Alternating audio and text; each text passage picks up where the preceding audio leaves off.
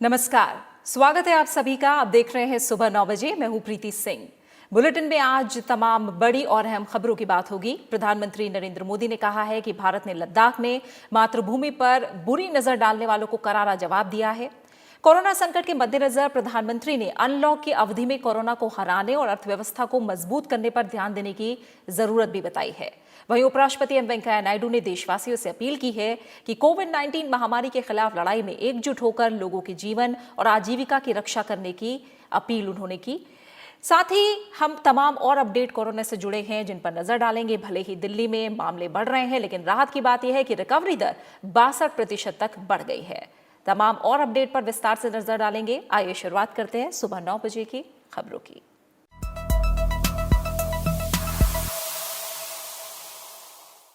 प्रधानमंत्री नरेंद्र मोदी ने कहा है कि भारत ने लद्दाख में मातृभूमि पर बुरी नजर डालने वालों को करारा जवाब दिया है।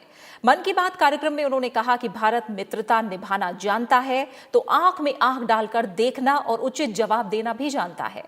उन्होंने कहा कि भारत हमेशा ही ऐतिहासिक रूप से सभी आपदाओं और चुनौतियों पर विजय हासिल करके और ज्यादा निखर कर सामने आया है। आत्मनिर्भर भारत के लिए जन भागीदारी का आह्वान करते हुए प्रधानमंत्री ने कहा कि देश आत्मनिर्भर बने, यही शहीदों को सच्ची श्रद्धांजलि होगी। वैश्विक महामारी। प्रधानमंत्री नरेंद्र मोदी ने मन की बात कार्यक्रम में कोरोना से लेकर चक्रवाती तूफान, टिड्डी हमले और लद्दाख में शहीद हुए जवानों का जिक्र किया। गलवान घाटी में चीन की सेना के साथ हिंसक झड़प में शहीद जवानों को श्रद्धांजलि देते हुए प्रधानमंत्री ने कहा कि भारत के वीर सपूतों ने दिखा दिया कि वो कभी भी मां भारती के गौरव को आंच नहीं आने देंगे। दुनिया ने अपनी संप्रभुता और सीमाओं की रक्षा करने के लिए भारत की ताकत और भारत के कमिटमेंट को भी देखा है। लद्दाख में भारत की भूमि पर आंख उठाकर देखने वालों को करारा जवाब मिला है। भारत मित्रता निभाना जानता है तो आंख में आंख डालकर देखना और उचित जवाब देना भी जानता है। हमारे वीर सैनिकों ने दिखा दिया है कि वो कभी भी मां भारती के गौरव पर आंच नहीं आने देंगे। प्रधानमंत्री ने कहा कि भारत का संकल्प देश के स्वाभिमान और संप्रभुता की रक्षा करना है।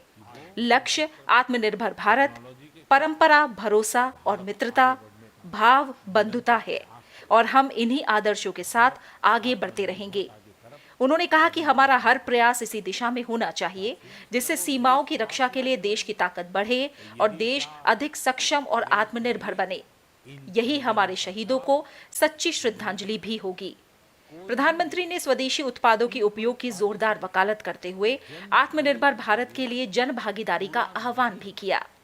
हमारा हर प्रयास इसी दिशा में होना चाहिए जिससे सीमाओं की रक्षा के लिए देश की ताकत बढ़े, देश और अधिक सक्षम बने, देश आत्मनिर्भर बने। यही हमारे शहीदों को सच्ची श्रद्धांजलि भी होगी। कोई भी मिशन पीपल्स पार्टिसिपेशन, जन भागीदारी के बिना पूरा नहीं हो सकता, सफल नहीं हो सकता। इसलिए आत्मनिर्भर भारत की दिशा में एक नागरिक के तौर पर हम सबका संकल्प, समर्पण और सहयोग बहुत जरूरी है, अनिवार्य है। आप लोकल खरीदेंगे, लोकल के लिए वोकल होंगे तो समझिए आप देश को मजबूत करने में अपनी भूमिका निभा रहे हैं। प्रधानमंत्री ने कहा कि भारत हमेशा ही ऐतिहासिक रूप से सभी आपदाओं और चुनौतियों पर विजय हासिल करके और ज्यादा निखर कर सामने आया है। भारत का इतिहास ही आपदाओं और चुनौतियों पर जीत हासिल कर और ज्यादा निखर कर निकलने का रहा है। सैकड़ों वर्षों तक अलग अलग आक्रांताओं ने भारत पर हमला किया, उसे संकटों में डाला। लोगों को लगता था कि भारत की संरचना ही नष्ट हो जाएगी, भारत की संस्कृति ही समाप्त हो जाएगी। लेकिन इन संकटों से भारत और भी भव्य होकर सामने आया। प्रधानमंत्री ने कहा कि संकट चाहे जितना भी बड़ा हो, भारत के संस्कार निस्वार्थ भाव से सेवा की प्रेरणा देते हैं। भारत ने जिस तरह मुश्किल समय में दुनिया की मदद की, उसने आज शांति और विकास में भारत की भूमिका को और मजबूत किया है।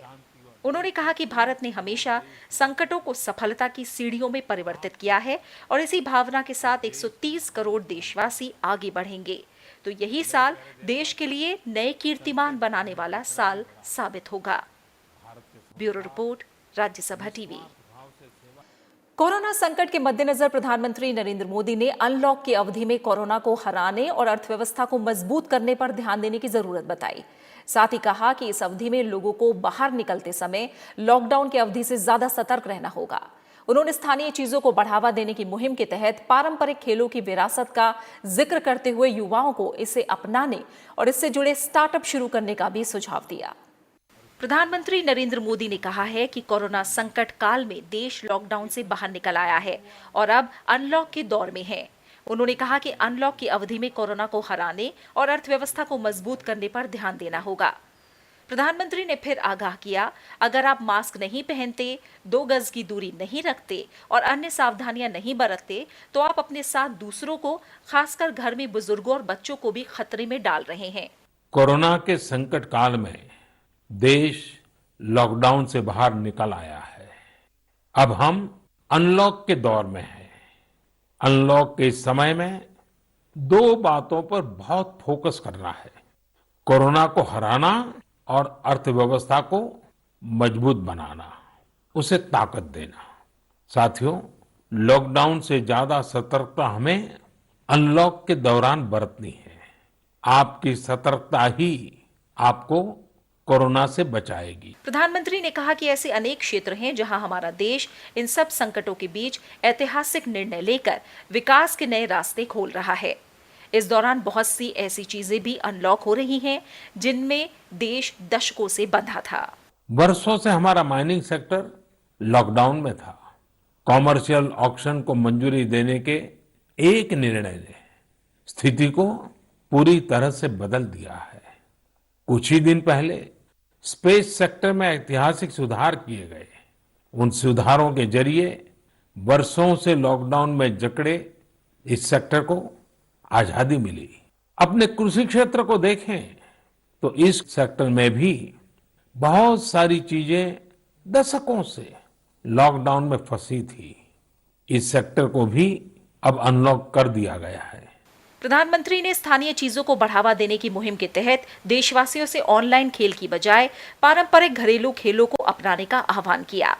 प्रधानमंत्री ने घर के बुजुर्गों से युवा पीढ़ी को इन खेलों की विरासत को साझा करने का आग्रह किया, जिससे वो ऑनलाइन खेलों से मुक्ति पा सकें। हमारे देश में पारंपरिक खेलों की बहुत समृद्ध विरासत रही है। मेरा घर के नाना नानी, दादा दादी, घर के बुजुर्गों से आग्रह है कि नई पीढ़ी में ये खेल आप अगर ट्रांसफर नहीं करेंगे तो कौन करेगा।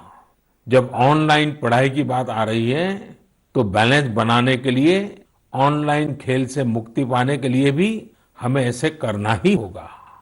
हमारी युवा पीढ़ी के लिए भी, हमारे स्टार्टअप्स के लिए भी यहाँ एक नया अवसर है और मजबूत अवसर है। प्रधानमंत्री ने कहा कि मॉनसून देश के अधिकतर भागों में पहुंच चुका है और अच्छी वर्षा से जहां किसानों को बेहतर उपज मिलेगी, वहीं वातावरण भी हरियाली से भरेगा। उन्होंने लोगों से पर्यावरण की रक्षा के लिए बड़े पैमाने पर वर्षा जल संचय करने और गणेश चतुर्थी के दिन पर्यावरण के अनुरूप प्रतिमाएं बनाने की अपील भी की। Bureau report, Rajya Sabha TV. केंद्रीय गृह मंत्री अमित शाह ने कहा है कि भारत कोविड-19 महामारी के खिलाफ संघर्ष और पूर्वी लद्दाख में वास्तविक नियंत्रण रेखा पर चीन के साथ गतिरोध में जीत हासिल करेगा।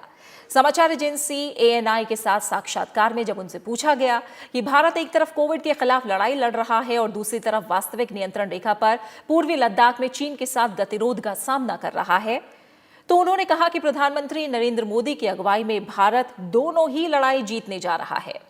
केंद्रीय गृह मंत्री अमित शाह ने लद्दाख में हुई घटना पर कांग्रेस नेता राहुल गांधी को संसद में बहस की चुनौती भी दी। उन्होंने जोर देकर कहा कि सरकार संसद में इस मुद्दे पर 1962 के भारत चीन युद्ध और इसके बाद की घटनाओं पर बहस करने के लिए तैयार है।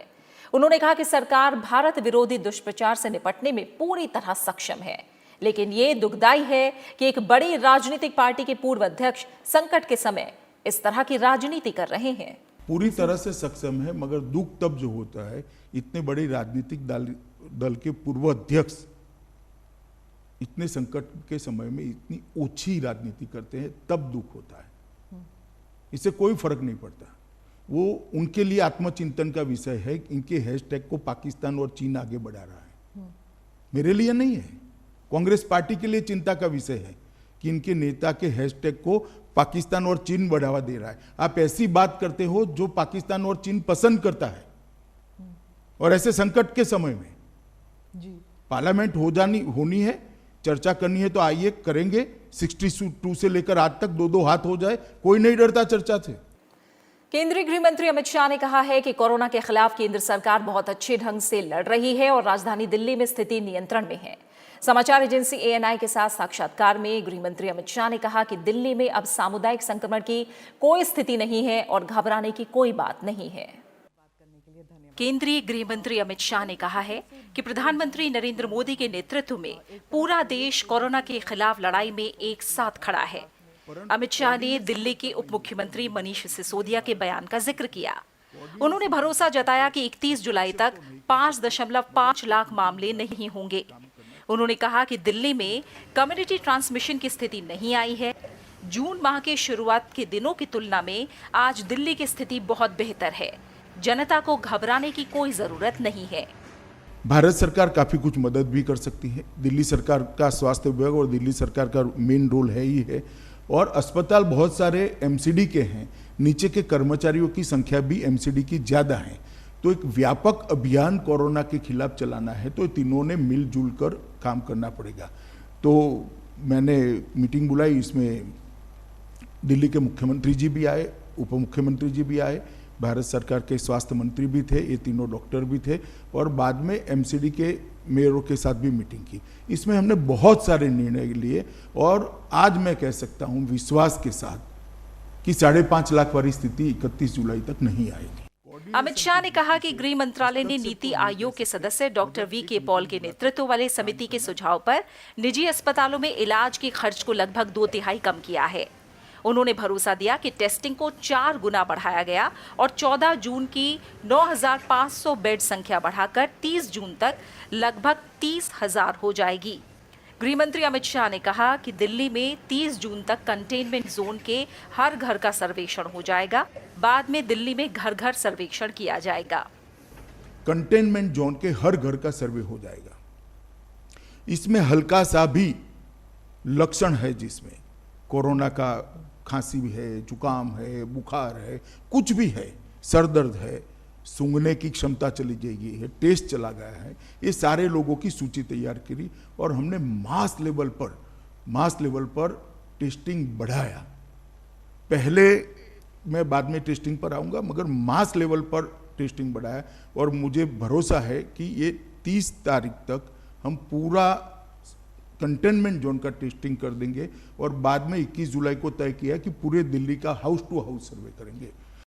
उन्होंने कहा कि दिल्ली को अभी तक 10,000 pulse oximeter, 440 ventilator, 500 oxygen cylinder दिए गए हैं और दिल्ली में एम्बुलेंस बढ़ाने के निर्देश भी दिए गए हैं। केंद्रीय गृह मंत्री ने कहा कि प्रधानमंत्री नरेंद्र मोदी के नेतृत्व में पूरा देश कोरोना के खिलाफ लड़ाई में साथ खड़ा है और लोग कोरोना वॉरियर्स की हौसला अफजाई कर रहे हैं। भारत सरकार ने ये लड़ाई ढंग से लड़ी है, और विश्व के परिप्रेक्ष्य में कोरोना को देखेंगे तो हमारे आंकड़े बहुत अच्छे हैं, बहुत अच्छे विश्व के परिप्रेक्ष्य के अंदर। और शुरू से देश भर, दुनिया भर में सरकारें कोरोना के खिलाफ लड़ी है। नरेंद्र मोदी जी के नेतृत्व के कारण भारत के अंदर सरकार भी लड़ी है, और 130 करोड़ लोग भी लड़े हैं, और सब राज्य सरकारें भी लड़ी हैं। उन्होंने कहा कि आज कोरोना से रिकवरी रेट 57% है, जबकि मार्च में ये 7.1% था। अमित शाह ने कहा कि भारत ने विकसित देशों की तुलना में बहुत बेहतर काम किया है। Bureau report, Rajya Sabha TV. भले ही दिल्ली में कोरोना के मामले बढ़ रहे हो, लेकिन राहत की बात यह है कि रिकवरी दर 62% तक बढ़ गई है। मौतों की संख्या कम हो रही है, पॉजिटिविटी रेट तेजी से घट रही है। इस बीच दिल्ली में रविवार को कोरोना के 2,000 889 नए मामले सामने आए। दिल्ली में पॉजिटिव मामलों की कुल संख्या बढ़कर 83,000 के पार हो गई है। दिल्ली में इस समय कोरोना वायरस के 27,847 एक्टिव केस हैं। वहीं अब तक 52,607 कोरोना मरीज ठीक होकर डिस्चार्ज हो चुके हैं। कोरोना वायरस के मरीजों के लिए दिल्ली सरकार 10,000 बेड की क्षमता वाले कोविड केयर सेंटर की जल्द शुरुआत करने जा रही है। दिल्ली में कोरोना वायरस की महामारी की रोकथाम के लिए बनाए गए कंटेनमेंट जोन की संख्या 280 से बढ़कर 417 हो गई है। जानकारी के मुताबिक मौजूदा कंटेनमेंट जोन को रीडिजाइन करने के बाद यह संख्या बढ़ी है। अभी भी कुछ जिलों में मौजूदा कंटेनमेंट जोन को रीडिजाइन करने का काम चल रहा है। केंद्रीय गृह मंत्रालय की बनाई गई समिति ने सुझाव दिए थे कि दिल्ली में कंटेनमेंट जोन की रीमैपिंग और इन्हें रीडिजाइन किया जाए ताकि बेहतर मॉनिटरिंग और प्रभावी प्रबंधन हो सके। इसके बाद जिला प्रशासन ने यह कार्रवाई शुरू की है। उपराष्ट्रपति एम वेंकैया नायडू ने देशवासियों से अपील की है कि वो कोविड-19 महामारी के खिलाफ लड़ाई में एकजुट होकर लोगों के जीवन और आजीविका की रक्षा करें। उपराष्ट्रपति ने एक फेसबुक पोस्ट में कहा कि ज्यादातर देशों ने लॉकडाउन को खत्म कर दिया है और अर्थव्यवस्था पर ध्यान केंद्रित करना शुरू कर दिया है। उन्होंने कहा कि सरकार अर्थव्यवस्था को मजबूत करने के लिए लगातार उपाय कर रही है। उपराष्ट्रपति एम वेंकैया नायडू ने सभी से आवश्यक सावधानी बरतने और दिशा निर्देशों का पालन करके सरकार का सहयोग करने को कहा है। इस अभूतपूर्व स्वास्थ्य संकट के खिलाफ लोगों से सामूहिक रूप से लड़ने का आह्वान करते हुए उपराष्ट्रपति ने कहा कि हमारे देश की ताकत आध्यात्मिकता में हमारा भरोसा और विज्ञान में विश्वास है। महामारी से पैदा हुई अनिश्चितता का जिक्र करते हुए उपराष्ट्रपति ने लोगों को चिंता न करने की सलाह दी है। उपराष्ट्रपति ने कुछ सरल उपाय सुझाए, जैसे फेस मास्क का इस्तेमाल, सामाजिक दूरी का पालन और लगातार हाथों को धोते रहना, क्योंकि सुरक्षित रहने के यही ज्ञात उपाय हैं। इन कदमों के साथ साथ उन्होंने पारंपरिक खाद्य पदार्थ खाने, जड़ी बूटी और औषधीय पौधों की तैयारी का सुझाव दिया, जो व्यापक प्रतिरक्षा बढ़ाने वाले साबित हुए हैं। योग और ध्यान के महत्व पर प्रकाश डालते हुए उपराष्ट्रपति ने कहा कि योग, प्राणायाम और नियमित शारीरिक व्यायाम जो घर पर किए जा सकते हैं, वायरस से बचाए रखने में हमारे शरीर को काफी मजबूत बना सकते हैं। सनसनीखेज समाचारों या घबराहट पैदा करने वाले सोशल मीडिया पोस्टों को लेकर लोगों को सतर्क करते हुए उपराष्ट्रपति ने उन्हें सच्चाई को स्वीकार करने और अपने परिवार की सुरक्षा के लिए कड़ी मेहनत करके एक नजरिया विकसित करने को कहा। उन्होंने लोगों से निराधार, अपुष्ट और घबराहट पैदा करने वाले संदेशों को फॉरवर्ड करने से बचने की सलाह दी। बड़े शहरों में कोरोना के बढ़ते मामलों का जिक्र करते हुए उपराष्ट्रपति ने इस बात को बेहद सकारात्मक तरीके से लिया कि बड़ी संख्या में वायरस से संक्रमित लोग ठीक हो रहे हैं और प्रभावित आबादी के एक छोटे हिस्से को ही अस्पताल की जरूरत पड़ी है। Bureau report, Rajya Sabha TV. खबरें लगातार जारी हैं। फिलहाल रुक रहे हैं एक छोटे से ब्रेक के लिए।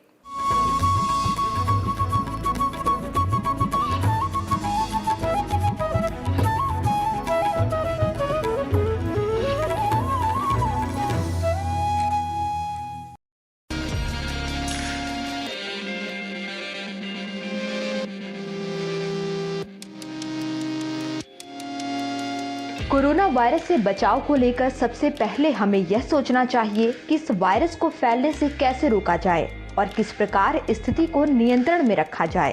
कोरोना वायरस के खिलाफ भले ही दवा नहीं है, लेकिन समय रहते ही इसके लक्षणों का पता चल जाए तो इलाज संभव है।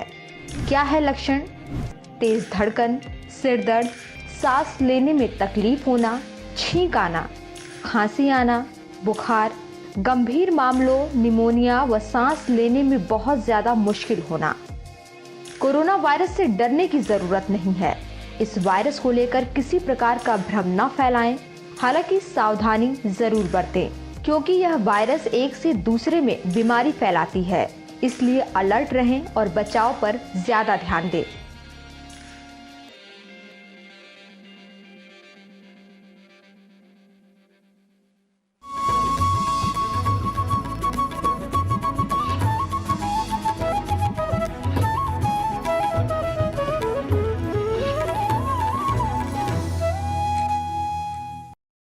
ब्रेक के बाद आपका स्वागत है। आइए खबरों के सिलसिले को आगे बढ़ाते हैं।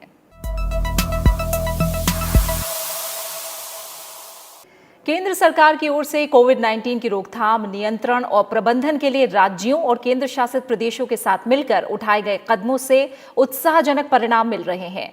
कोरोना वायरस के संक्रमण से रोगियों के ठीक होने और इसके सक्रिय मामलों के बीच अंतर 1 लाख से अधिक हो गया है। 28 जून को जारी आंकड़ों के मुताबिक इस संक्रमण से ठीक होने वाले रोगियों की संख्या इसके सक्रिय मामलों की संख्या से 1,06,661 अधिक है। कोविड-19 के रोगियों के ठीक होने की दर बढ़कर 58.56% हो गई है और अब तक कुल 3,09,712 मरीज ठीक हो चुके हैं। देश में कोरोना संक्रमण का पता लगाने के लिए जांच के काम में भी लगातार तेजी लाई जा रही है। केंद्रीय स्वास्थ्य मंत्रालय ने कहा है कि देश में अब कोविड संक्रमण की जांच करने वाली 1036 प्रयोगशालाएं काम कर रही हैं, जिनमें 749 सरकारी और 287 निजी हैं। हर रोज 2 लाख से अधिक नमूनों का परीक्षण किया जा रहा है। रविवार को जारी आंकड़ों के मुताबिक देश में कुल 82 लाख से ज्यादा कोरोना नमूनों की जांच हो चुकी है।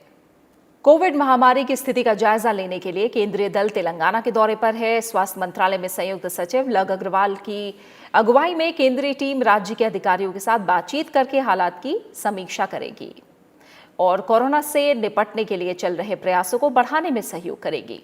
केंद्रीय टीम आज हैदराबाद के कोविड-19 अस्पतालों का दौरा करने के साथ ही लैब का निरीक्षण भी करेगी। तेलंगाना में रविवार को कोरोना के 983 नए मामले सामने आने के साथ ही राज्य में संक्रमितों की संख्या 14,419 तक पहुंच गई है।